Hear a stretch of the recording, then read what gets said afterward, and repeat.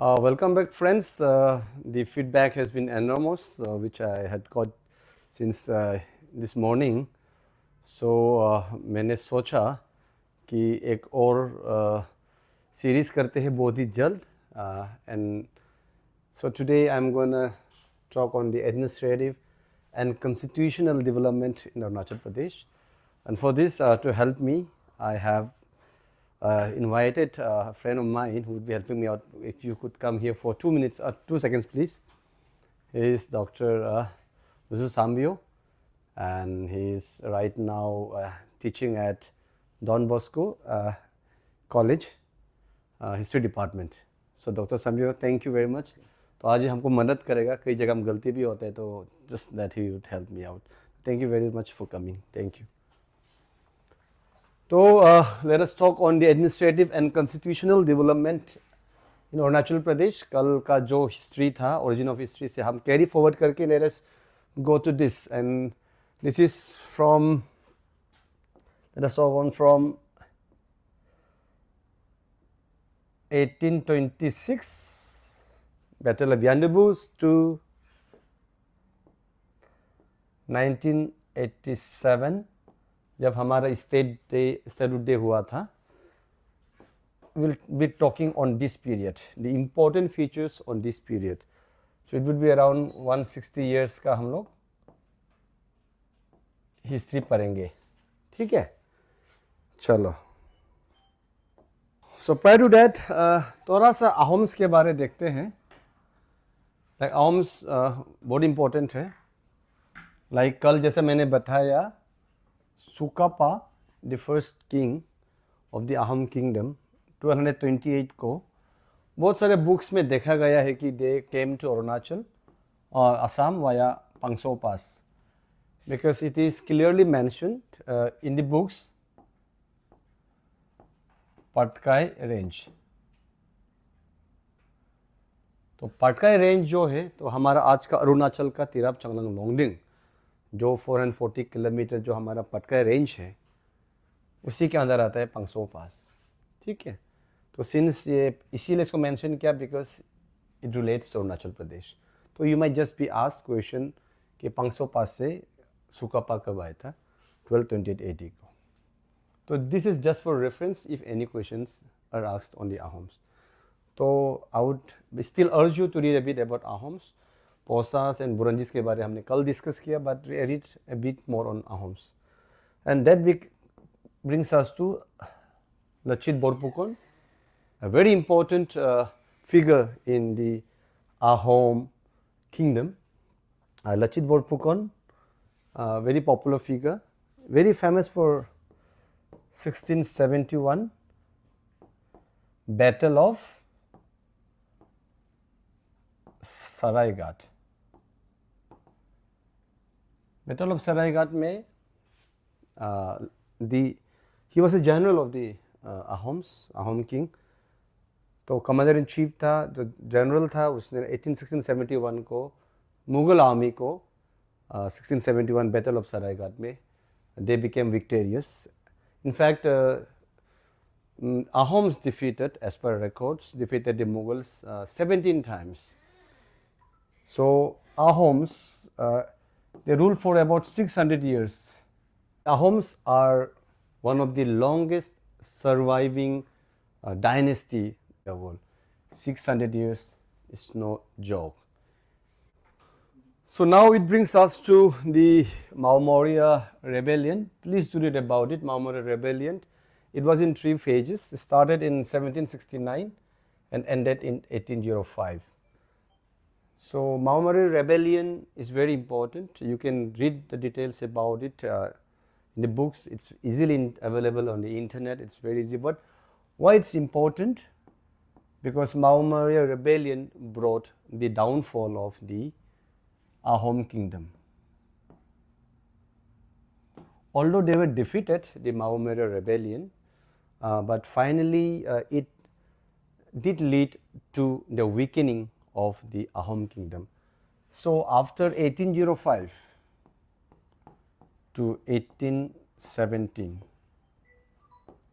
to 1826, this period, there was continuous invasion by the Burmese forces, and finally the Burmese forces were able to overthrow the Ahom forces, which had weakened significantly, and it helped in the establishment of the Burmese in many of the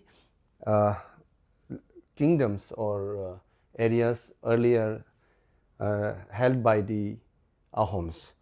And during this period, that Pura Nanda Buragohai. Buragohai was, you can say, he was almost like a titular ruler of the Ahom kingdom. So he asked the Britishers for help. So the Britishers then rendered their help to the Ahoms, and then we come to the Treaty of Yandabu. So Treaty of Yandabu is very important because the Battle of Yandabu took place from 1824 to 1826, and the Treaty of Yandabu, as we know, was signed on 24th of Feb 1826. In the Treaty of Yandabu, by the Battle of Yandabu, the Burmese were defeated, and now the Britishers became the rulers of the Northeast India. So why is Treaty of Yandabu very important? Now Treaty of Yandabu के कारण क्या हुआ कि British is now in direct contact with the hill tribes, hills of Northeast, including Arunachal Pradesh. Now Assam directly came under the British occupation. So there are many points, but we will not go into the details, but these are the two important points that actually impacts the Northeast and Arunachal Pradesh in particular. So there was Treaty of Yandabu, which is very important. We have to know about it because every changes in the Northeast and particularly in Arunachal starts with the Treaty of Yandabu. So after Treaty of Yandabu, one very important this is 12 thing is the Anglo-Abor War. The circumstances leading to the Anglo-Abor War. Now Anglo-Abor Wars, this is important, but 1849 is also known as the first Anglo-Abor War, but it was more of a skirmish. When I say Anglo-Abor, then on the southern bank of the Brahmaputra, the Hindu Bigas were being taxed by the Abors, the then Abors. Here Abor means Doba Abors. Doba Abors are now called Galos. Earlier they were called Abors / Adis.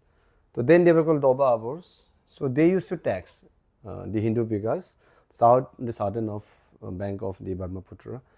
But since now they became the subject of the Britishers, they started not to pay taxes. So accordingly, there was a tussle between the British and the Abors, and which led, they say, to the first Anglo-Abor war led by the Doba Abors. So these are the circumstances that led to the third or the fourth Anglo-Abor war. So now let us come to the second, 1858-59. Here also the Britishers and the Adis, the Abors of Kebang, they had a war. It was more of a skirmish in Pasigat in Balak area. So that was the 1858-59, known as the Bidbor Mimak. So there was the, they call it the second Anglo-Abor war, called the Bidbor Mimak. The skirmish or the so-called battle took place somewhere in Pasigat in the Balak area, led by the Kebang villages. Nothing happened to the Kebang villages. So the Kebang villages, they think that they had won the war, while the British think that they could subdue the Adis.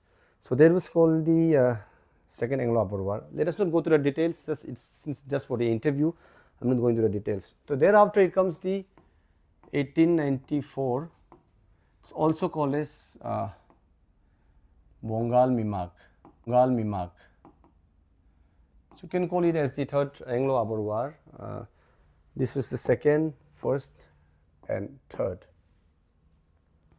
So this happened on the right bank of River Siang, while this happened on the left bank of River Siang. Here the British led by J.F. Needham, he was the assistant political officer then. So they had planned to target Damro village. Damro is a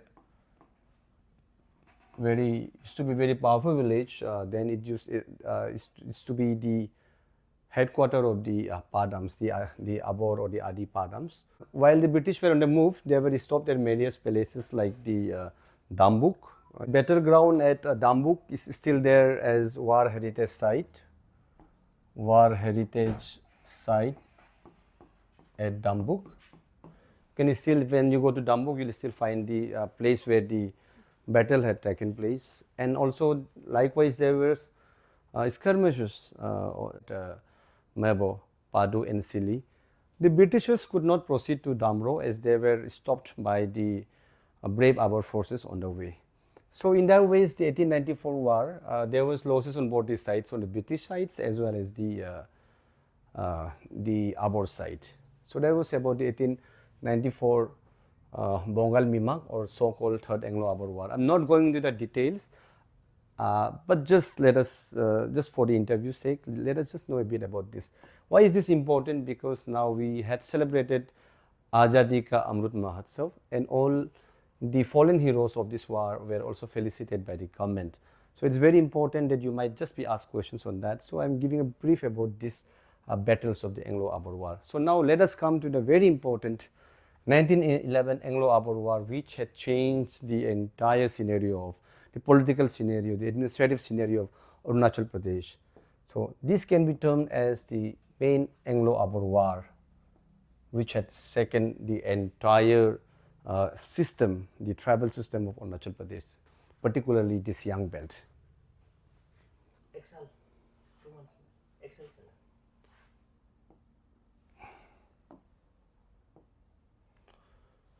So which brings us to the Anglo-Abor War of 1911 and 12. This can also be called as the last Anglo-Abor War.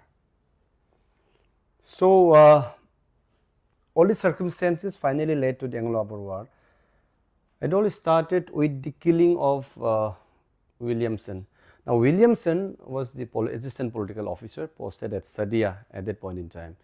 So Mr. Williamson had actually succeeded Mr. J.F. Needham, under whose command the 1894 Anglo-Abor War was, the Bongal Mimak was led. So in 1905,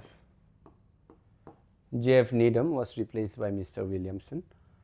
Now Williamson was very adventurous. He wanted to go to the frontiers, find routes to China from Arunachal Pradesh.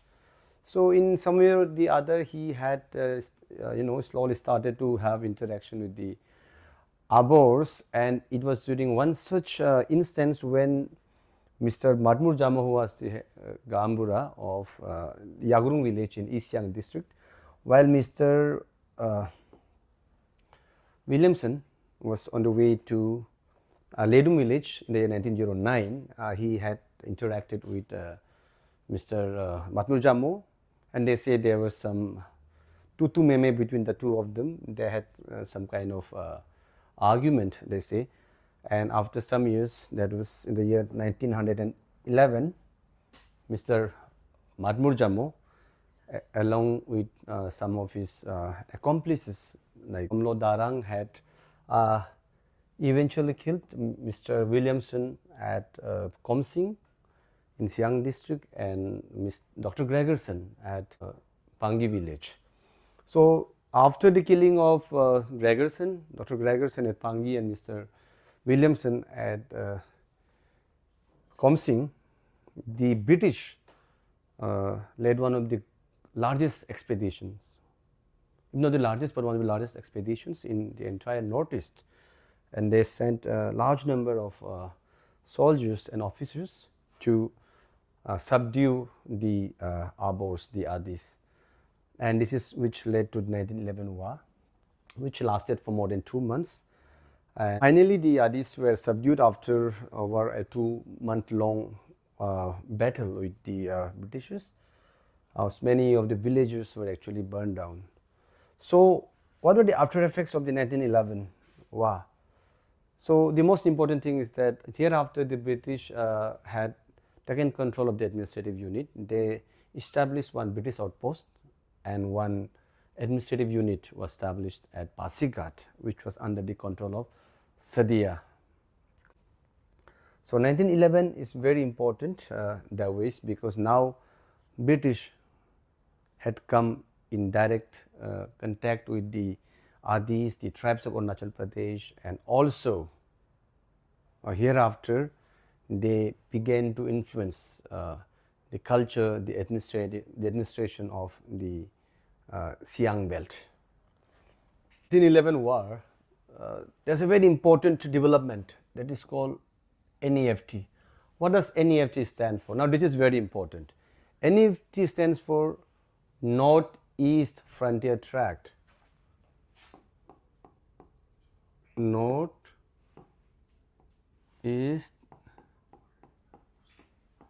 Frontier Tract.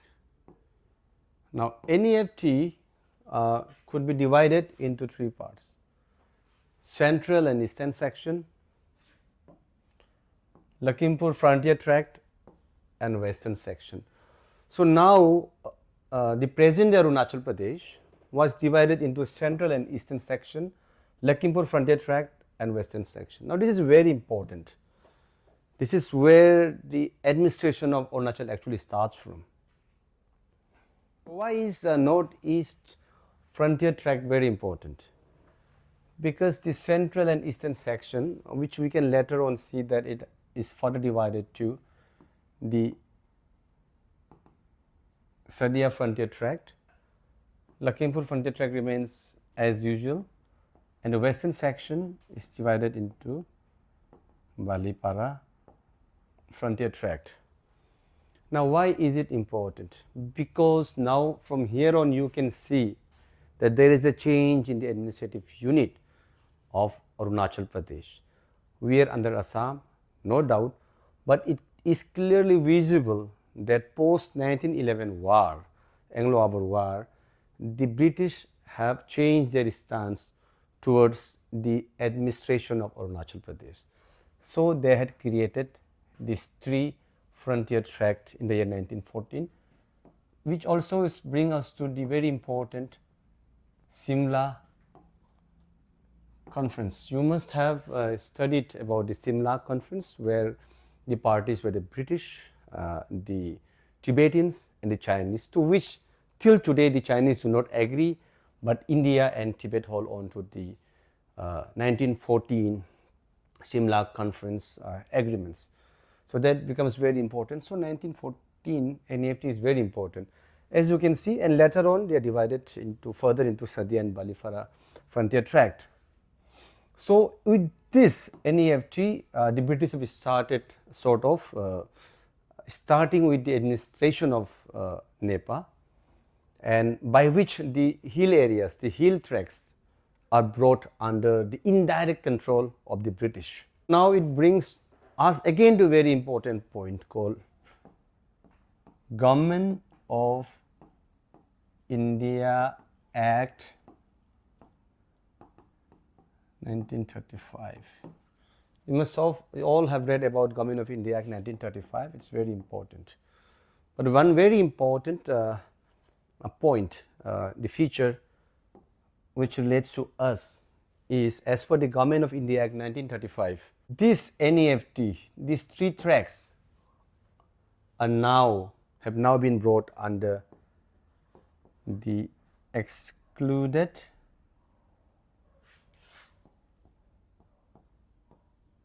areas of Assam.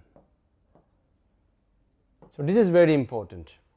This is something that very few of our people know, that Government of India Act 1935 had excluded these areas, these tracts, as excluded areas of Assam.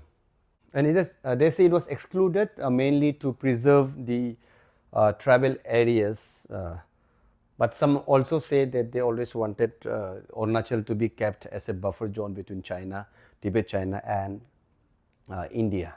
So this is what they say. So from here under we come under the excluded areas of Assam. So I shall also take the liberty of the BFR 1873. You must all have heard about BFR. Still it stands for Bengal Eastern Frontier Regulation. So it was passed in the year 1873. You all know what is BFR. This is from where we derive inner line permit. So I'm not going into the details of it. But for ILP, you need to know two sections. Section 3. Section 3 of ILP actually gives you the power to punish any outsider, non-native people coming to a certain native land of Arunachal Pradesh or other areas like Nagaland or Mizoram could be punished. That punishment is under Section 3. And what is Section 7? Section 7 is that no non-native can possess or inherit any land in the tribal areas. So these two sections, Section 3 and Section 7, is very relevant even till today. This is the only reason why the Arunachali land is still safeguarded. So remember Section 3 and Section 7, just read about it a bit more if you have an opportunity. Please remember that BFR is not an act, it's a regulation. It's a regulation, not an act. So read the difference between a regulation and an act too. Now each of these frontier tract had political offices, as I told earlier. Now it brings us to a very important Assam Frontier Administration of Justice Regulation of 1945. As per this, all the village councils in Arunachal Pradesh were recognized and empowered by the government. So when I say the village councils, all the tribes of Arunachal Pradesh had customary laws, and the tribes and certain tribes were regulated according to their own customary laws. Like we had Kabang in Adis or Abors, Buliang in Apatanis, Malay in the Aka, or sometimes it's called Rousseau's also, and Mak Mozang in Monpas. These are the village councils, the existing village councils. So what they did was that there were some more tribes, I'm just mentioning the four of them. Their main objective was to regulate as per the customary laws, but they dealt mainly in civil and criminal cases, on petty cases. But for any heinous cases, the case was referred to the political officers. So this is important. We need to remember that. Assam Frontier Administrative Regulation of Justice is one of the most important regulation that you'll find, because it empowers the village councils. So this is, you can say, the first step towards administrative control as a small unit for Arunachal Pradesh. So this is very important. So before we go to NEFA 1954, let us come to two important points. 1947, we got independence, right? So after independence, the NEFT, Northeast Frontier Tract, which were divided into three sections, is further divided into Balipara Frontier Tract, Sadia Frontier Tract. I told you about it earlier. Still, I'm repeating it. Tirap frontier tract, and one very important, very interestingly, very few people know it, Naga tribal areas. So notice frontier tract was divided into these 4 tracts. So Naga tribal areas may we had Tuensang district also. But in 1957, it was ultimately included with the Naga Hills district, and then Tuensang became a part of the Nagaland, which attained statehood in the year 1961, I think. So this was about Northeast Frontier Tract, and this is what happened in the year 1947. NEFT was bifurcated into these tracts, and the governance of Arunachal Pradesh, of NEFA, before it became NEFA, NEFT came under the governor of Assam. So we were under the governor of Assam then. Another very important committee was formed in the year 1947, known as the Bordoloi Committee.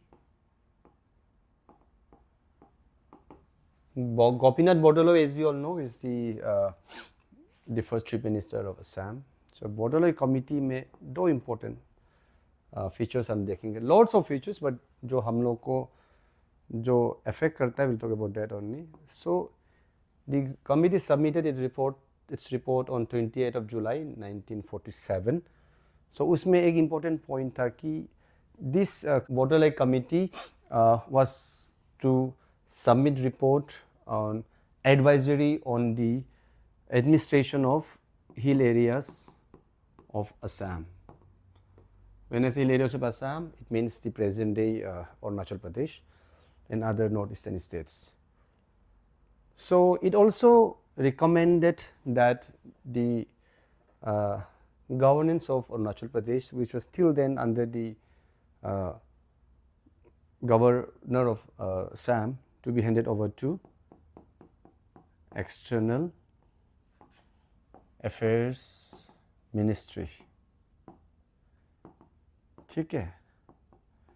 So it's very important for us to know that from 1947 onwards till 1965, the Dying Ering Committee, we were under the External Affairs. Even during the 1962 war, NEFA, or then Arunachal, was under the External Affairs Ministry, and it was recommended by the Bordoloi Committee. So this is very important, we have to know about it. So in the year 1954, this is very important, in the year 1954, Northeast Frontier Tract was renamed as NEFA, और इसमें हम लोग का 5 division किया है, like 5 rivers के नाम में, for administrative units, Siang, Subansiri, Kameng, Tirap और लोहित. ये 5 रिवर था, और लास्ट में जो मैंने पहले बताया था Tuensang as administrative unit, but 1957 को जैसा मैंने पहले बताया था Tuensang was merged with Naga Hills district. So this is the original जो 5 rivers के नाम पे हम लोग ने 1954 को नॉर्थ ईस्ट फ्रंटियर एजेंसी के नाम में ये 5 रिवर्स प्लस Tuensang के नाम में हमने शुरू किया, and from there on it became NEFA, North East Frontier Agency. There is one very important point during the period of NEFA. There was one very important policy, the Nehru-Elvin policy. Nehru, as we all know, is the first Prime Minister of India, and Elvin, who was also the Chief Advisor for Tribal Affairs of Northeast Frontier Agency. So Nehru and Elvin were very close. Even in fact, Elvin even wrote a book, The Philosophy of NEFA. We have been in some way or the other hugely influenced by the book called Philosophy of NEFA. The administration of Arunachal has been deeply influenced by it. So what was the Nehru-Elvin policy? In short, it means that the The administrative and constitutional development were to be guided by this Nehru-Elvin policy. It also meant that the tribals were to develop on their own customs, traditions, and nothing was to be imposed upon the tribal people. यानी कि उनको अपने ही customs, traditions के हिसाब से खुद not to be influenced by the other outside customs and traditions, उनको अपने हिसाब से ही develop करने दो. That was the mantra, that was the policy, and most importantly, the rights of tribal forest and land should be preserved and not be disturbed with. This is a very important factor, especially the tribal rights, and then that the tribals should be encouraged and trained to run administration on their own. These are the three important points. There are lots of points, but if we focus on this was the guiding principles of the Nehru-Elvin policy, which hugely influenced the administration of NEFA. There are lots of critics about the fact कि हम लोगों ने Alvin की policy ने, नेहरू-एल्विन की policy ने लोगों को, बाहर के लोगों को इन्फ्लुएंस करने नहीं दिया, जिसके वजह से Arunachal is still backward. But there are certain school of thoughts who believe that they did the right thing because the population was quite less and any influence by the outsiders would have, completely diminished the cultures of the indigenous people. This is what they say, the destruction of the indigenous people's culture and tradition. This is what they say. So that is always debatable, but as of now, Nehru-Elvin policy will always be a guiding principle of the NEPA administration. So this is about the Nehru-Elvin policy. इसी के बीच में नेफा और dying committee के बीच में there is one very important development, that is the 1962 Sino India war, जिसके बारे आप सबको पता है. इसका भी बहुत सारा एडवांटेजेस है. तो यहाँ पे क्या हुआ कि पहले हम लोग एक्सटर्नल अफेयर्स के अंदर में था, तो बट 1962 वार के बाद में क्या हुआ है कि द गवर्नमेंट का पॉलिसी चेंज हो गया है. पहले का पॉलिसी क्या था कि थोड़ा सा हम एक्सक्लूड करके रखा था, we were kept in isolation. But now the things had changed after the 62 war, after the 62 debacle, if I could call it. तो डाइंग कमेटी जो 64 में फॉर्म हुआ था, they had to submit a report on it. तो जिसके वजह से बहुत सारा चेंजेस हुआ. we'll talk about it later. और the another thing, as you can see, the infrastructural development started taking place in Arunachal Pradesh. The roads started to be connected to the towns, to the villages. एक development हुआ. Electricity आने शुरू हो गया. Transportation was emphasized upon. So 62 war in many ways was a blessing in disguise for the Arunachali people. I mean, जैसा इस अभी जैसा प्रेजेंट सरकार इतना पुश कर रहा है डेवलपमेंट के लिए, उस टाइप का उस समय को 62 वार के बाद में कुछ एडवांटेजेस हम लोगों को मिला अरुणाचल को. So there was about the 1962 war. So 62 war के बाद में, like I said, we come to the very important Daying Ering committee. 1964 को फॉर्म हुआ था एंड 65 को उसने अपना रिपोर्ट सबमिट किया था. तो लाइक आई सेड, एक इम्पोर्टेंट फैक्टर ये था कि एक्सटर्नल अफेयर्स से होम मिनिस्ट्री, एक्सटर्नल अफेयर्स से होम मिनिस्ट्री में जो नेफा का गवर्नेंस को ट्रांसफ़र किया गया था. That was one very important factor of जो report submitted by the Daying Ering committee.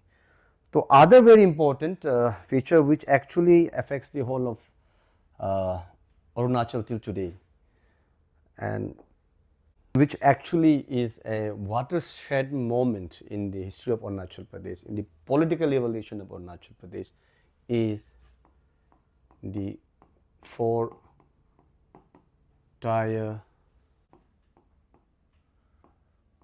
governance. जो feature था, the other report submitted was the 4-tier governance by the Daying Ering committee.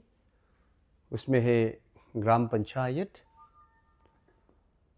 at village level, Anchal Samiti at circle level, Jila Parishad at district level, and agency council at state level, at the highest level. तो agency council इस समय को MLA नहीं था, ये हम लोग पंचायती राज system था, एमएलए नहीं था, आप याद रखिए। इसमें टोटल 20 मेंबर्स था, टोटल 5 डिस्ट्रिक्ट्स था, ट्वेंसंग अभी नहीं रहा, 5 डिस्ट्रिक्ट्स करके हर डिस्ट्रिक्ट से 4, तो टोटल 20 मेंबर्स को चूज़ किया था एजेंसी काउंसिल में। So this is very important.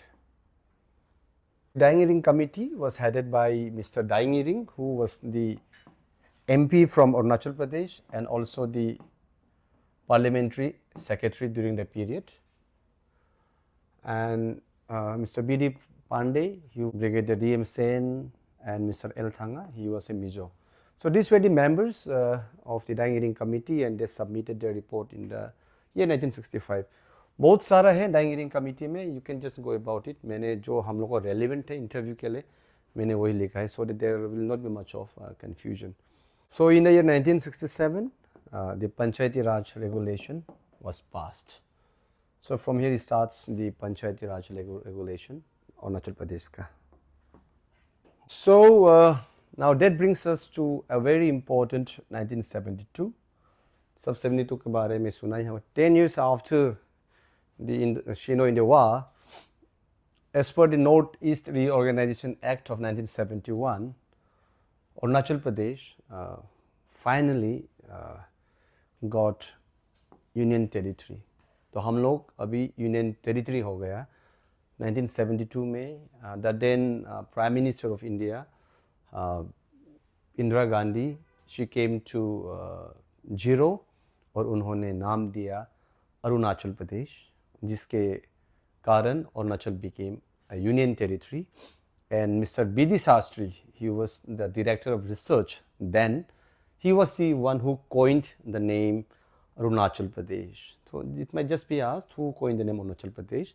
So you can say it was coined by B.D. Sastry, who was then the director of research, and the name was given by Indira Gandhi at Zero in the year 1972 under the Northeast Reorganization Act 1971.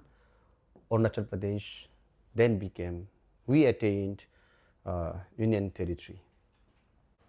So हमने पढ़ा है about agency council। तो agency council में हर district में there were total 4 और उसमें से एक councillor select होता। तो Mr. P.K. Tungan was chosen as the councillor from Kameng Belt, Mr. Tomoriba from Siang Belt, Taratang from Subansiri Belt, Subangtang from Lohit Belt, and Wangpa Lowang from Tirab।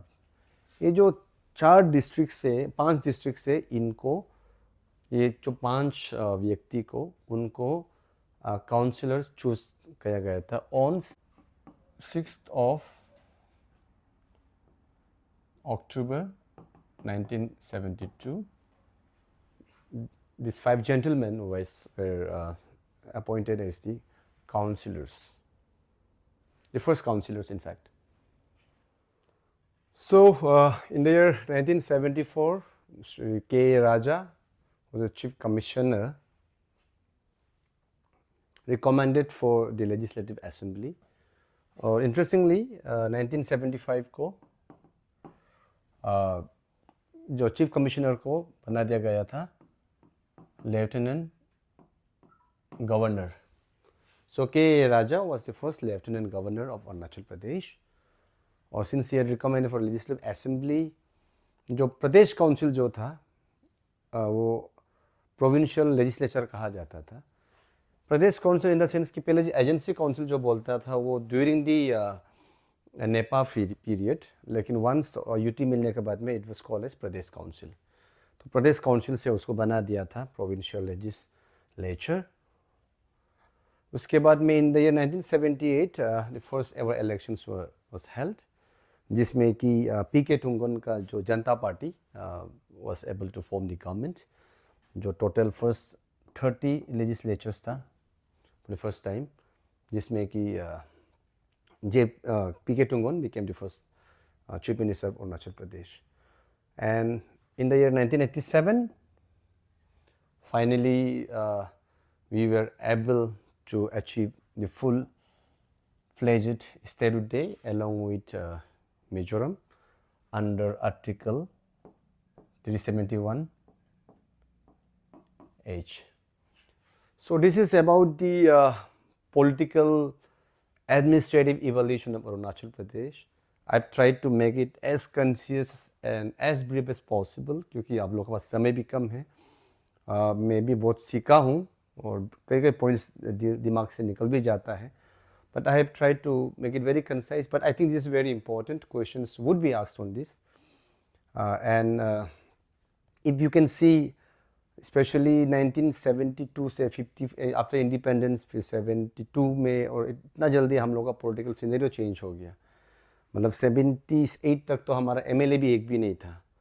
तो we have traverse a lot. You know the political journey of Arunachal is very very interesting. इतना short period में हम लोग कहाँ से कहाँ आ गए. So these are the events that has had an impact on the overall socio-political administrative development of Arunachal Pradesh. So once again, thank you very much. I just hope that whatever I have been able to convey to you in the shortest of means possible would be helpful to you. I'm also thankful to my friend Mr. Sambyo, who has helped me out with the minutest of details so that I could make it as brief as possible. I must have missed out a lot of points, but I just wanted to make it concise. And any thing कुछ गलती हो जाता है कुछ points में, तो उसके लिए I apologize starting से. But once again, thank you very much. I just hope that it helps you. So till then, thank you very much and keep on studying hard.